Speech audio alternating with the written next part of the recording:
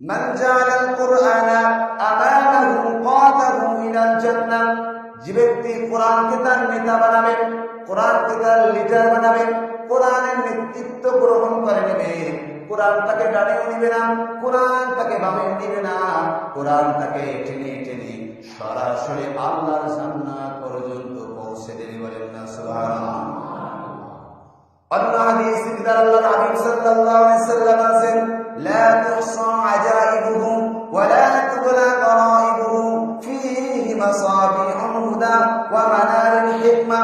আল্লাহর হাবিব সাল্লাল্লাহু আলাইহি সাল্লাম বলেন, এটা এমন একটি গ্রন্থ যা কখনো জীর্ণ হয় না, শীর্ণ হয় না, পুরাতন হয় না, ধ্বংস হয় না।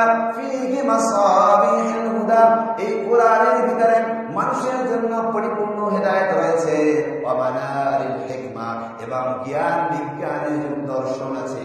আল্লাহ পাক রব্বুল আলামিন এই কোরআনের ভিতরে ইনক্লুড করে দিয়েছেন। বলেন না সুবহানাল্লাহ।